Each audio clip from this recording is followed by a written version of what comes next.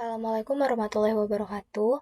Perkenalkan, nama saya Nesa Ducayani dengan NPM 2017-051009 dari kelas B mata kuliah Teori Bahasa dan Automata.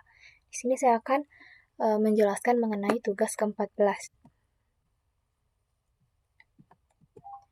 Jadi tugas ke-14 ini tentang mesin Turing atau Turing mesin. Jadi tidak semua jenis bahasa itu dapat dikenali menggunakan FSA atau PDA. Kelemahan dari FSA itu bahwa ia tidak mampu mengingat simbol-simbol yang pernah dibaca. Kelemahan FSA inilah yang kemudian diatasi oleh PDA. Jadi untuk kelemahan dari FSA itu diatasinya menggunakan PDA. Tetapi ternyata PDA itu juga memiliki kelemahan. Kelemahan dari PDA yaitu meskipun PDA dapat mengingat simbol yang dibaca dengan stuck, tetapi simbol stuck itu hanya dapat diakses dari satu arah, yaitu hanya simbol-simbol yang teratas. Jadi FSA itu punya kelemahan, di mana kelemahannya ini diatasi oleh PDA, tapi ternyata PDA itu sendiri juga masih memiliki kelemahan. Nah, mesin Turing ini dirancang untuk mengatasi kelemahan daripada FSA dan PDA. Caranya itu dengan merepresentasikan logika kerja mesin tidak menggunakan stack sebagaimana representasi dalam PDA, tetapi ia menggunakan representasi pita yang dapat dibaca dan ditulisi. Mesin Turing ini diwakili oleh sebuah pita panjang tak terhingga, di mana pada pita tersebut ditulis atau dibacakan sebuah simbol. Setelah pita ditulis, maka simbol pada pita kemudian akan berubah menjadi simbol yang baru saja dituliskan. Di sini ada beberapa tapel, ada 7 tapel dari mesin Turing. Di sini ada 7, 1, 2, 3, 4, 5, 6, 7. Yang pertama ada key, di mana key besar ini melambangkan himpunan state. Lalu ada sigma yang melambangkan alfabet input. Lalu ada gamma, ini melambangkan simbol pada pita.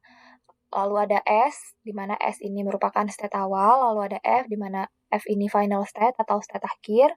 Lalu ada F, simbol kosong atau blank. Ini bukan bagian daripada alfabet input atau bukan bagian daripada sigma.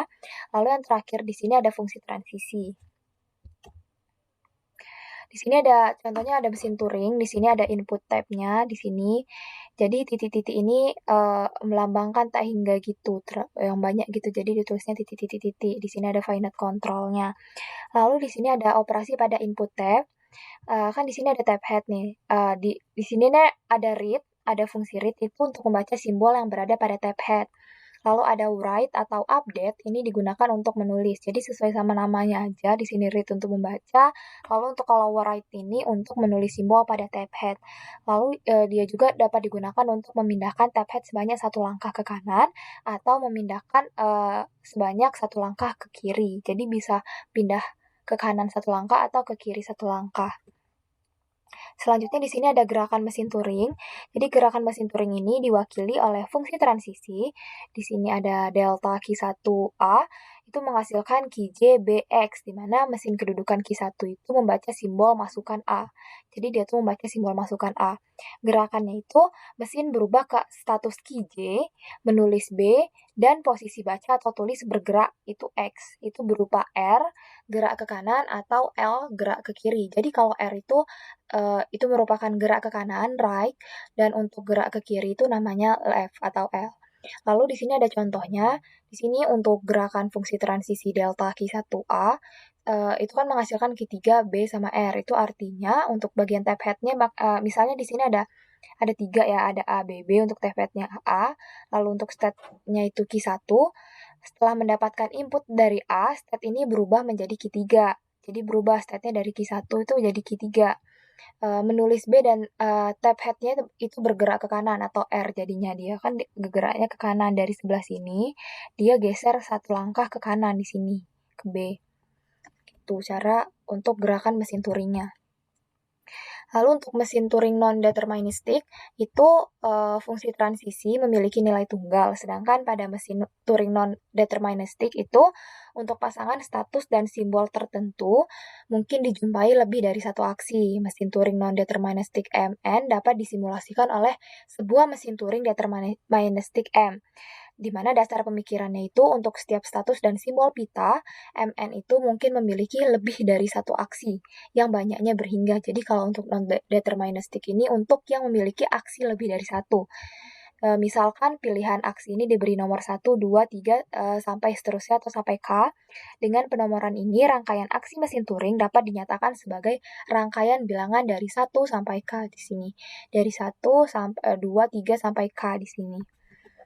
Lalu untuk mensimulasikan MN itu mesin Turing MD menggunakan 3 pita. Pita yang pertama itu untuk menyimpan input yang diolah oleh MN. Yang pertama jadi untuk menyimpan input. Lalu untuk pita kedua itu digunakan untuk menyimpan rangkaian bilangan 1 sampai dengan bilangan K yang dibangkitkan secara teratur. Rangkaian ini akan dihasilkan dengan urutan mulai dari rangkaian terpendek yang terdiri dari satu simbol, dua simbol, sampai seterusnya. Untuk setiap urutan bilangan yang terdapat pada pita kedua, mesin MD itu akan mensimulasikan perilaku MN secara deterministik, yaitu menggunakan nomor aksi yang sudah dibangkitkan pada pita kedua. Jadi, kayak gitu untuk mesin Turing non-deterministik. Mungkin sekian yang bisa saya sampaikan untuk tugas 14.